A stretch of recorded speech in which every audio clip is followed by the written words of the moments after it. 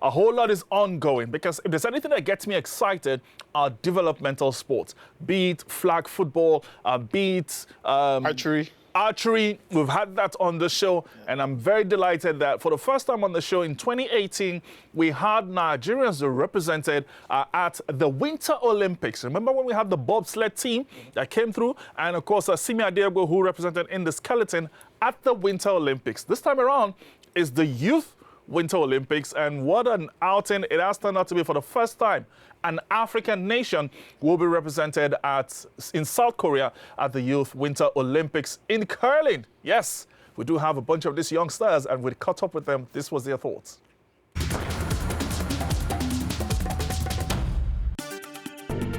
Nigeria is on its way to becoming the first African team to compete in curling at the 2024 Youth Olympic Games. Nigeria's remarkable performance at the Junior B Curling Championship in Finland sealed Nigeria's fate. I am very, very happy. Like it's a very good thing and it's a very great opportunity. It's my first time going abroad to play such a sport. But once our coaches got us through everything, it was very easy and it felt very good to be doing the sports. I was so excited, there was so much celebration in Finland that we are the first African country and the first youth team to win the ticket to the Youth Olympics. So we were so happy and so excited. Taking them out was a bit of challenge. They've never seen ice before.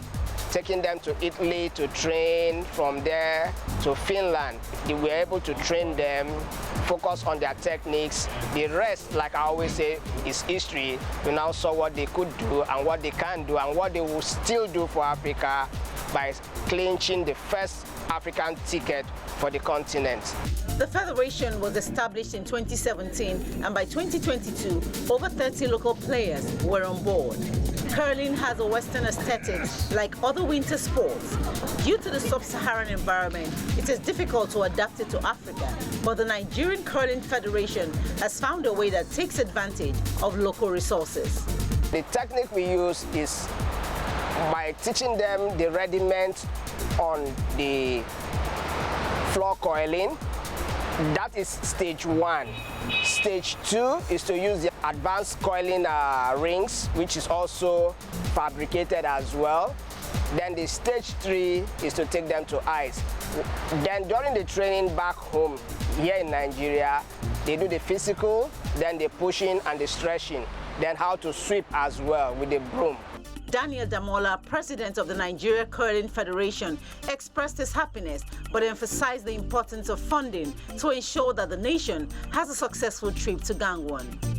Right now, as we speak, funding has become a big challenge to us because the government wouldn't want to, put money on ice sport, even though we've qualified the country. If we don't prepare well, how then do they want us to win a medal? The Winter Youth Olympics are scheduled to take place in South Korea's Gangwon province from January 19 to February 1st, 2024.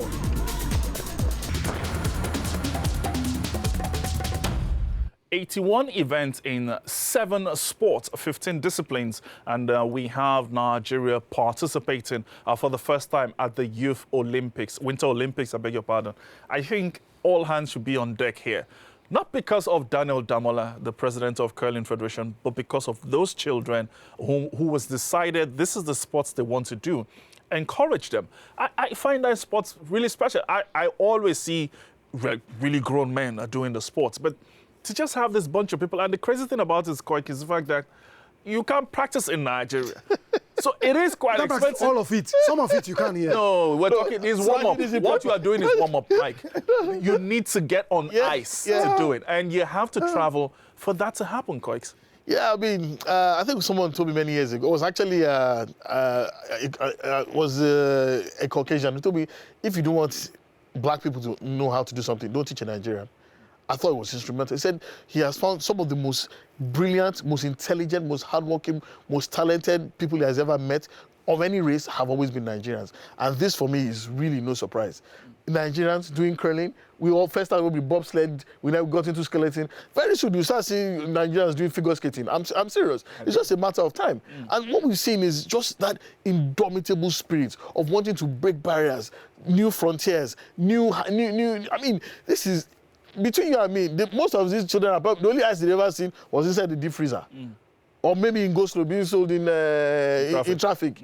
You know, but these are same kids who want to compete on ice, who want to bring honor to their father. And it's not easy. Like you rightly said, and the president said, it's not an easy sport because of the fact that we naturally don't have snow in Nigeria. So you have to take these people abroad to places where they have facilities for them to train. Now, in order to get to this where they are, where they qualify for the Olympics, it took a tremendous amount of resources and willpower. But now they have qualified. The least the government can do, is help them to prepare and to participate.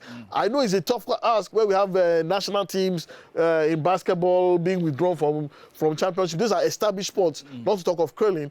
But, I mean, there's a golden rule that says once you can participate, once you're a contender, you can be a winner. Let us go and contend. At least if not for anybody, for these children. And that's all we're asking at the end of the day. So let's give support to the Curling Federation, you know, Ministry of Sports, the Nigerian Olympic Committee. Everybody should rally around. It's developmental, and I think we can go places